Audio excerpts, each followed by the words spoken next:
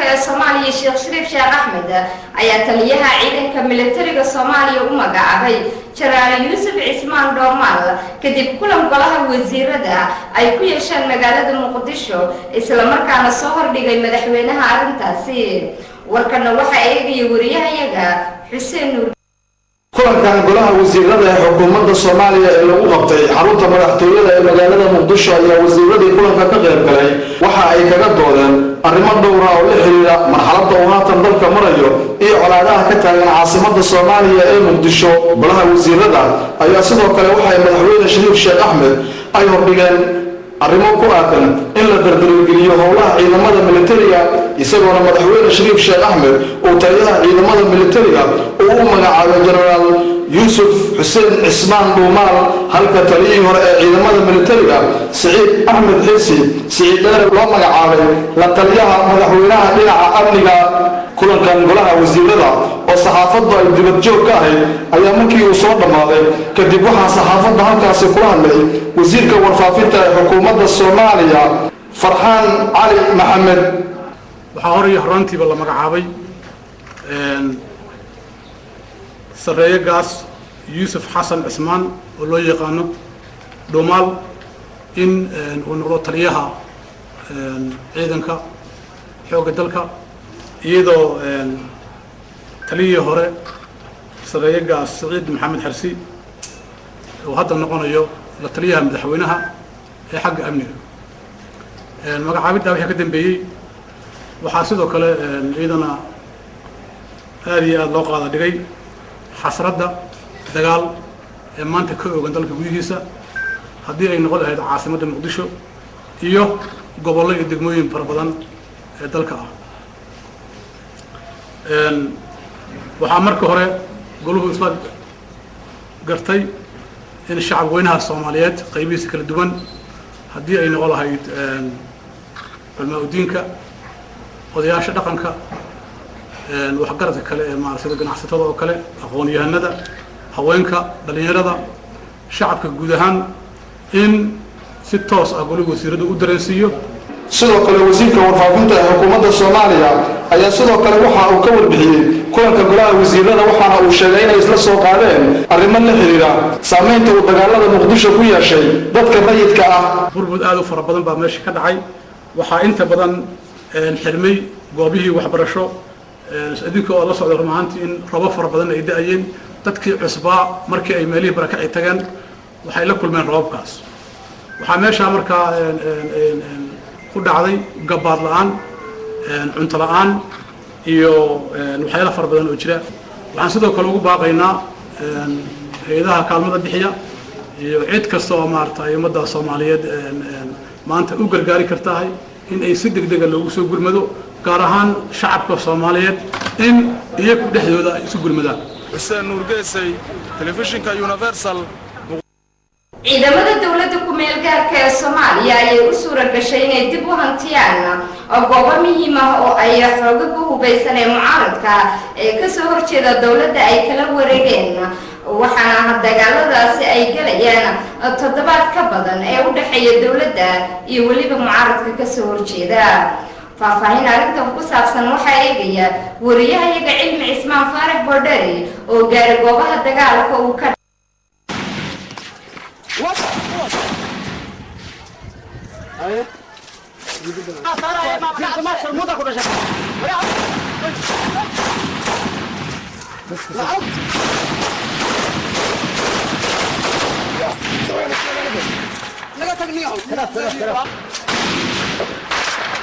والله بالله طلع الله بلا نفع والله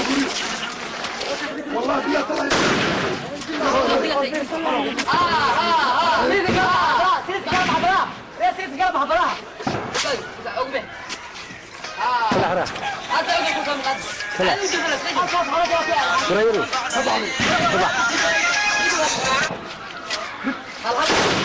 ترتيب يا ترتيب فاز رجل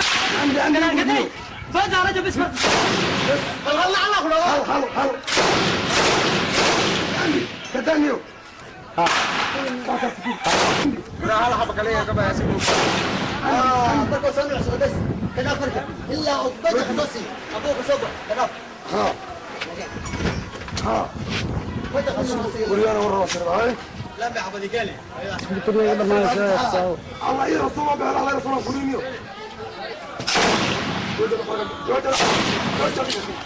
لسان ده ضعفه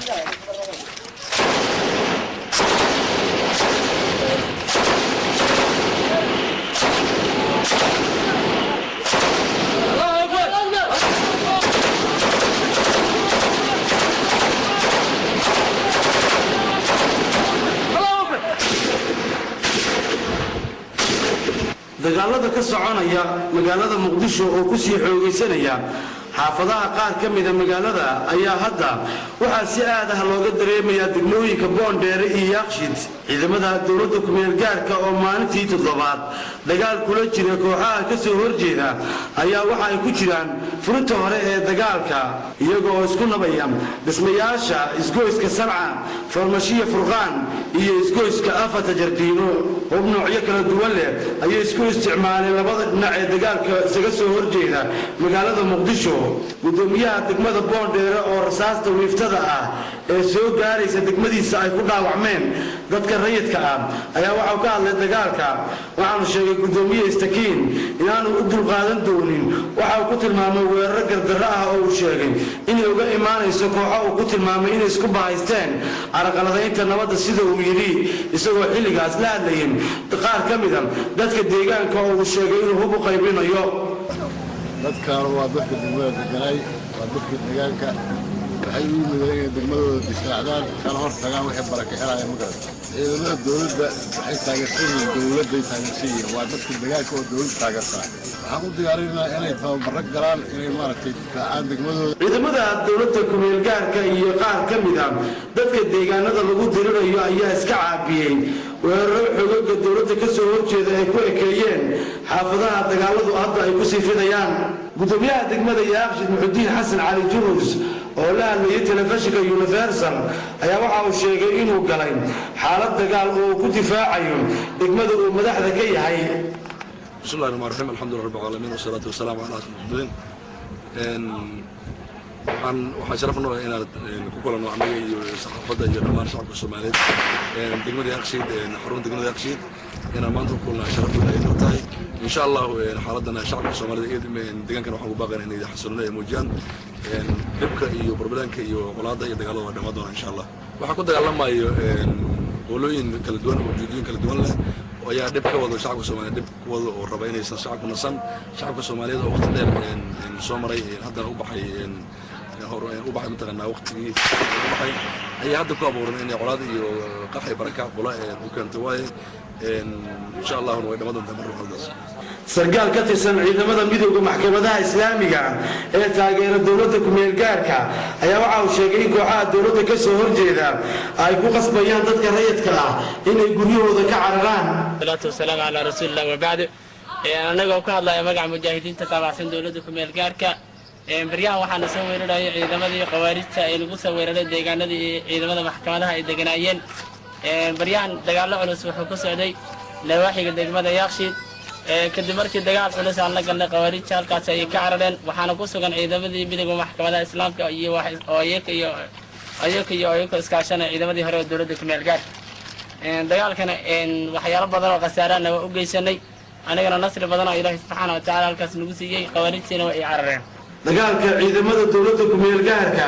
iyo xoogga ka soo horjeeda maalintii toddobaad ku dhex maraya magaalada Muqdisho ayaa waxa uu yahay mid khasaare baan geystay isagoo sababay in qoysas badan ay ka barakacaan deegaano aan hore looga barakicin xitaa intii ay joogeen ciidamada Itoobiya inkastoo ay muuqatay in ciidamada dawladda ku meel gaarka ay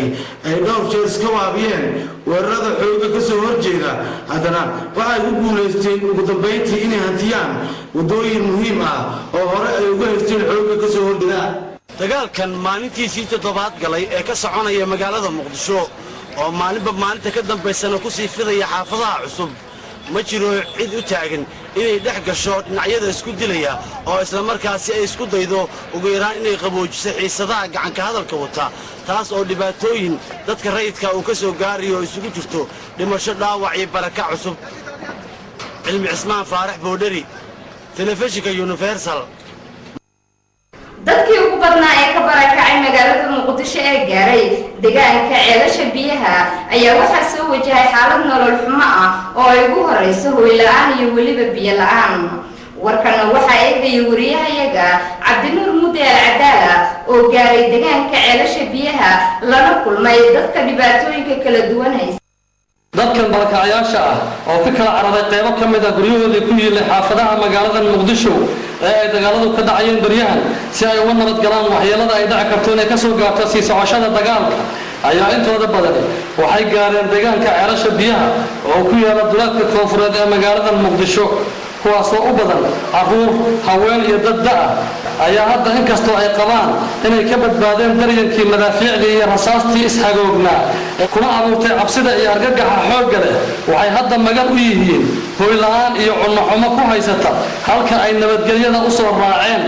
dhibka ugu sii weyn ee hadda ay ka cabanayaan dadka barakacayaasha yihiin waxa ay ku sheegeen inay ka waayeen meel ay ka degaan dhulka ku xeeran deegaankaasi ay hadda joogaan iyagoo taasina sabab uga dhigay xeryaha oo buux dhaafay iyo qaar ka mid ah doofleyda dhulkaasi iska leh oo iyagu diiday inay si kumeel gaar ah u sii degaan dadkan barakacayaasha ahi dhulkooda waxay dadku iminka daadsan yihiin geedaha hoostooda iyagoo weliba ku siman caruur iyo haween keliya dadkan barakacayaasha ah ee halkan dhibaatadu ay ku haysataahi ayaa waxaa ka mid ah hooyo lagu magacaabo caasho aadan oo wadata iyadu 7 caruur ah iyo aabbahood oo xanuunsanaya waxaana universal uga warrantay duruufaha nololeed ee ay ka dhaxleen qoyskeedu dagaalada aan dhammaadka lahayn ee dadka reer muqdisho rajabeelka ka dhigay caruur 7 caruur iyo aabbahood oo jiranaan waxaan codsanan lahay haddii muslim jiro oo wax u kaalmeeyaa jiraan inay igu kaalmeeyaan wax ii qabtaan aabbahood oo qalan oo tacbaana ii joog 7 ciyaalaan wataa hooyadee waayeelaan wataa waa badan sidoo kale intii aanu joognay deegaanada ay dadkan barakacayaasha ahi ka baxsanay dagaalada magaalada muqdisho ku furteen ayaa waxaanu la kulannay axmed xasan cusmaan oo ka mid ah odayaasha iyo maamulayaasha xero ka mid ah goobaha dadkan barakacay ay degeen oo isaguna in muddo halkaasi deganaa waxaanu sharaxayaa nolosha meesha taalla waxaan idiin sheegaa kaamkaan ilaa 2 bilood ayaa ugu dambeysay wax la siiya dadkan degan dadku xaq ilaahay bay ka nool yihiin ilaahay wuxuu ugu talagalay risaqo ilaahay u qoray bay ku nool yihiin waxa yadaa taakuleeya oo wax u keena hadda bilahan dambe ay tamay jiraan ayuu nooc kastaba ha ahaatee oo qofta bini aadanka ay ku noolaato oon ka ahayn biyaha oo hidka ay siiso biyahaas nolol fiican bay ku qabaan waa aaday biyahaas ilaahay shukrigiisa biyahaas way haystaan wax kaleeto oo ay siiyaan hay'ado nooc kasta ha ahaadee dad waxa jira danyara agoon wax walba oo waxyaabo yar loo qaban jiray waxba looma qabto hadda si kastaba ha ahaatee dadka barakacayaasha ah ee ku sugan iminka ceelasha biyaha islamarkaana ka soo qaxay magaalada muqdisho iyo dagaalada ka soconaya baryahan ayaa dhibaatooyinka ay qabaan waxaa ugu waaweyn hooy la-aan oo ay iminka daadsan yihiin qaarkood sida ad arkaysaan geedaha hoostooda iyadoo weliba xilligu uu yahay xilli roobabow cabdinuur muudde alcadaala telefishinka universal duleedka muqdisho ururka jaamacadda carabta ayaa cambaareeyay dagaalada kasii soconaya magaalada muqdisho ee ku barakacaya kumanaanka dada islamarkaana waxyeelo xoogan oo dhimasho iyo dhaawac isugu jira ay ka soo gaadhay dad rayida warkana waxaa magaalada qaahira ee dalka masar ka soo diray wariyahayaga mahad carab bayaankan ay soo saareen ururka jaamacadda carabta ayaa si aad ah waxay walaac ugu muujiyeen waxa ka dhacaya dalka Soomaaliya iyagoo dhammaanba dhinacyada isku haya Soomaaliya ugu baaqay inay joojiyaan dagaalada iyo wax kastoo dalka dhibaato hor loo keeni kara jaamacadda carabta waxa ay tilmaantay in fursad la siiyo dhanka nabadda waxayna sheegtay in wadaxaajoodku uu yahay wadada kaliya ee Soomaaliya xilligan lagu badbaadin karo taasoo ku tilmaantay in la baajiyo dhiigdata laguna xallin karo khilaafka wada hadal taasoo lagu gaari kara bay tiri dib u heshiisiin dhammaystiran oo dalka ammaan iyo xasilooni iyo midnimo u keeni karta bayaankan ay soo saareen ururka jaamacadda carabta ayaa ku soo aadaya iyadoo maalmihii la soo dhaafay magaalada muqdisho ay ka holcayeen dagaallo kuwaasoo u dhexeeya dowladda midnimada qaran ee Soomaaliya iyo kooxaha ka soo horjeeda dowladda dagaaladan ka socda magaalada muqdisho sida ay qoreen wakaaladaha wararka caalamiga waxaa dagaaladan intay socdo ku geeriyooday ilaa iyo 35 ruux halka ay ka dhaawacmeen tiro ka badan 200 oo ruux sida ay tilmaantay warbixintani mahad carabow cali telefishinka universal al-qaahira halka warkaasi aad kala socotaan daawadayaal waa stuudiyaha TV-ga Universal Muqdisho dowladda Israa'iil ayaa go'aansatay inay darbi dheer ka samayso xuduudaha u dhaxeeya Masar iyo dalkeeda iyagoo sheegay inay ilaalinayaan ammaanka wadankooda. Xukuumadda Israa'iil ayaa caddaysay in ciidamada Israa'iil ay ka bilaabeen dhismaha darbiga kaasoo laga dhisi doono xuduudaha labada dhinac ee Masar iyo Israa'iil gaar ahaan dhulka lama degaanka ee Sinai iyadoo xukuumadda Israa'iil ay sheegtay inay rumaysan tahay in kooxaha Falastiiniyiinta ee weerarada biimaynta iyo qaraxyada ka geysta Israa'iil ay badankooda ka soo gudbaan dhulka lama degaanka ee Sinai iyagoo ka imanaya daanta galbeed ee marinka Gaza. kooxaha Falastiiniyiinta ayaa dhinaca kalena si xun u cambaareeyay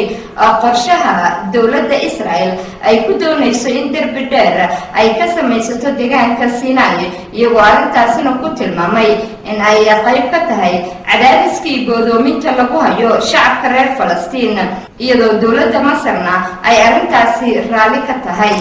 golaha culimada islaamka ee wadanka Pakistan ayaa ka dalbaday dowladda Pakistan in la joojiyo dagaalada ciidamadoodu ay ka wadaan deegaanka Swat. kulan ballaaran oo ay culimadu ku yeesheen magaalada Lahore ee dalka Pakistan ayay diiradda ku saareen dhibaatooyinka ay dagaaladaasi gaarsiiyeen dadka rayidka ah